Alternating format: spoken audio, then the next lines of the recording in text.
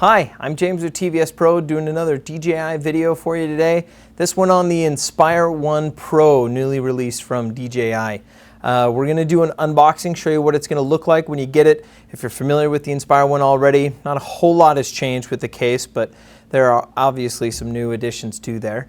And we're going to be doing a little bit of instruction on the app, show you some of those features that are new with that X5 camera, as well as a little bit of a review and what we think about some of that footage. We were able to take it out and get some sample footage. This is courtesy of James Allred with Showcase Films. We appreciate him for doing this for us. Beautiful area that he was able to take the Inspire out, get us some good sample footage, and we'll kind of review that as well. So we're going to dive right in here. Again, if you are familiar with the Inspire 1, case is the same as far as the zipper and the shell. When you open it up, you'll notice instantly that there is a big black box here, much bigger than the package that the X3 came in. That is your new X5 camera.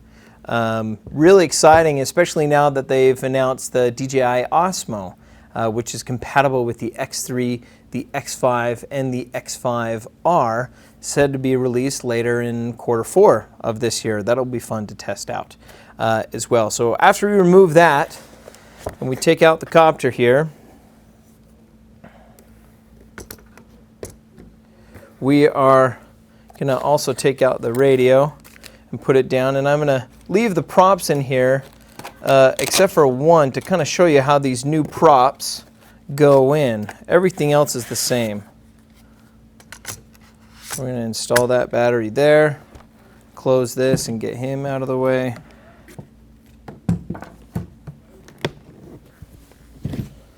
Okay, with the X5, if you are a previous owner or a current owner of the Inspire, you do not need to buy the new Inspire 1 Pro. The X5 and the X5R are compatible with that, but you will need to buy this plate. This is new. It's $99 MAP from DJI. After you install this plate, the X5 and X5R will be able to attach onto your Inspire 1. We'll do some little bit of a demonstration on these props here. So they've changed the design slightly, and I really enjoy this. White on white, and they've gone away from black and it's now red. So your counterclockwise and clockwise props are identified by white and red, and once I put that on there, I twist the base and that's how it locks. It's really easy. You can't get it wrong. People shouldn't complain about self-tightening and everything else and having to, or the new quick release ones where you push down and twist. This is just easy, breezy, simple. Okay? That's pretty well the unboxing. You'll have some of those cables and chargers and things in there as well. I'm going to set this up and get it ready for some app demonstrations. Actually, before we go to the app demonstration, I forgot to open the box on the camera. That was the critical part, and I forgot all about it. Just word to the wise, this little latch pinches you. I've gotten 2 blood blisters on my hands, so when you open this up, just make sure your hand or your thumb is not on the top. Maybe I'm just silly and I just couldn't figure it out, but I gave myself a couple blood blisters. There's your camera. Inside here, you're going to have 2 caps for when you release or, remove the lens from there.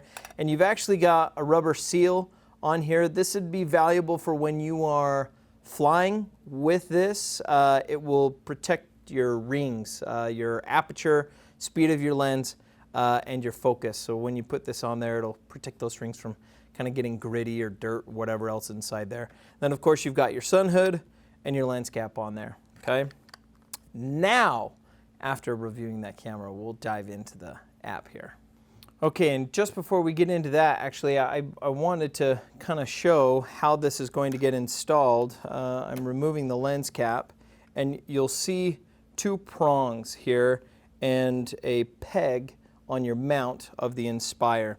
You'll need to first make sure that you're in the unlock position, and then take those 2 prongs and put it right over the top of that peg, and then the rest of your camera will slide in so that you can lock that down. That's how you're going to install it. Now, You'll also notice about the Inspire, you've got an extended landing gear. Now these are just held on with some 3M stickies. You can remove those if you need to, but if they're on there, there's really no need to remove them after that point because the X3 will still work with them.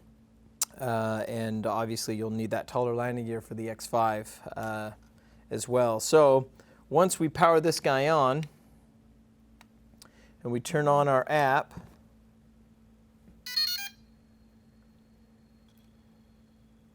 same rules apply. You'll want to keep it flat and level when you turn that on. Let it do its little dance. It's just calibrating. If you ever experience some kind of shifting or some off balance motors on that gimbal, there is an auto calibration that you can use. And again, when you do that, make sure you're on a flat and level surface. Don't bump it. Don't touch it. Same rules apply when you're doing an IMU calibration. Just let it do its thing and run its course. You notice that there is a green light here on the front of it. That's just telling you that it's in operation. On the top of the camera, you'll have your USB port as well as your port for your micro SD card.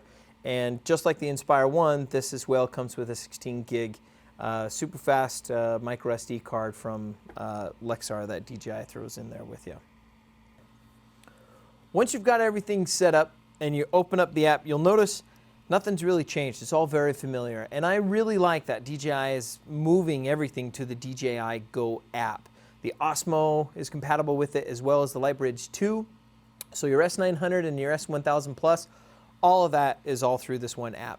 As far as your workflow goes, that will really help everybody out because now you're not having to learn multiple different apps and menus and things. You can master the one app, makes it a lot easier. So right off the bat, you'll notice on the kind of top right side, you do have some more options there as far as your AF and your MF, autofocus, manual focus, and just beneath that you've got that green square which we can change to a yellow circle, okay? One thing at a time here.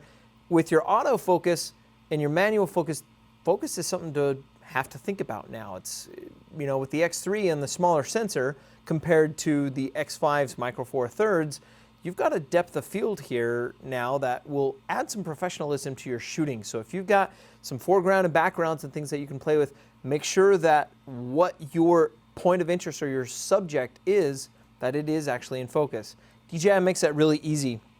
Whatever I want to focus, I can just touch. So if I touch that part of the wall, it focuses to there. If I want to touch my asteroids game over here, it focuses. And I don't have a whole lot of depth here to play with in this shot.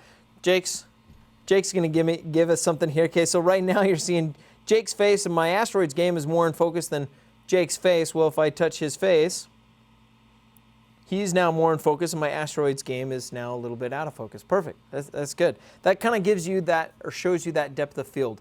What's neat is now because you've got aperture control, not just exposure value and shutter speed like on the X3, you've got aperture control.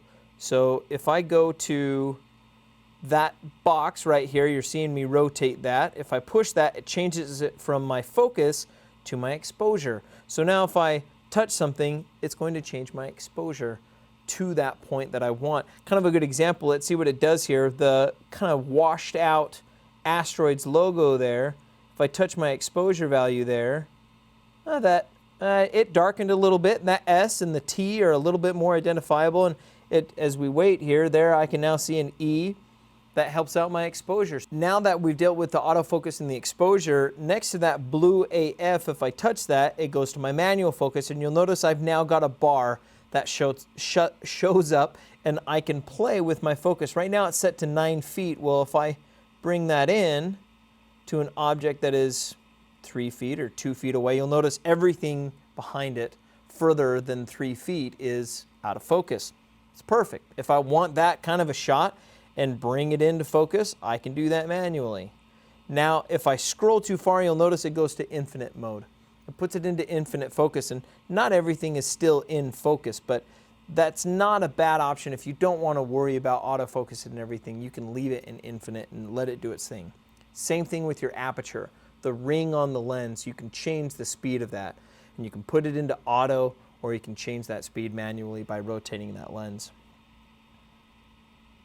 One of the other differences is now you've got this big bold menu there just to the right of your autofocus and your manual focus. They've changed this menu just a little bit. All the same features that you could control with the Inspire 1 is still available on the Pro. They've just changed the menu of it. So right now it shows that I'm in the photo mode. Well, if I want to change it and do a 16:9 rather than a 4:3, which is probably better, I can change my image, oops, fat fingers, image format. I can do a RAW, a JPEG, or it'll shoot both. After image format, you can adjust your white balance, your style, your colors. All of these are similar. They just, on the previous menu, they had samples of what it would look like. Well, if I put it into beach mode, then it just shows in the screen what it'll look like. Dream, classic, and you can play with all these black and white, puts everything in black and white. So you can change all these different colors and things. D-Log. This will flatten everything. This is going to be kind of fun to play with. Canon does the same thing, C-Log. Sony does the same thing called S-Log. Well, DJI now has D-Log. So it flattens everything, allows you to be a little bit more versatile in your post-editing. If you want to do some of your own coloring and whatnot, you can do that. So after the menus, you'll notice on the bottom right-hand side, you've got those lines with the dots. This isn't anything new, but they've changed this menu a little bit. Because again, with that larger sensor and a much nicer lens, a removable lens, I've now got aperture settings that I can play with. So I can leave this in auto, and as you play with, you know, your green square or your yellow circle for your autofocus and your exposure, these numbers will adjust if I have it in auto. But I can go to shutter priority, and that means shutter is my priority. So as I adjust my shutter, it will automatically adjust my aperture. If I want my aperture to be the priority, well then I adjust my aperture and it will automatically adjust my shutter speed as best compatible with that aperture setting. Or I can put it into full manual. I can adjust my ISO, I can adjust my aperture, my shutter speed. I can change all these things at your leisure. And you can do all this, of course, on the fly while it's up in the air. Really add a personal touch to your flying and get some great shots, better than we've ever been able to get on a run and gun type of situation. So those are pretty well all the new features with the app. As far as performance goes, we feel it is much better coming from the X3. It's not over sharpened. It does not feel like a POV camera. And with the settings that you're able to play with and that larger sensor, you're gonna get that higher cinematic feel to it. It really is nice, and we think you'll enjoy it too. We've, again, thanks to James Allred with Showcase Films for providing us with some good sample footage. Take a look at it. We'll close out with those. Give us some comments. Let us know. Comment on the video and let us know what you're thinking about it, what problems you're having. If you've got questions, send me an email, jamesb@tvspec.com. Again, thanks for watching. Happy flying.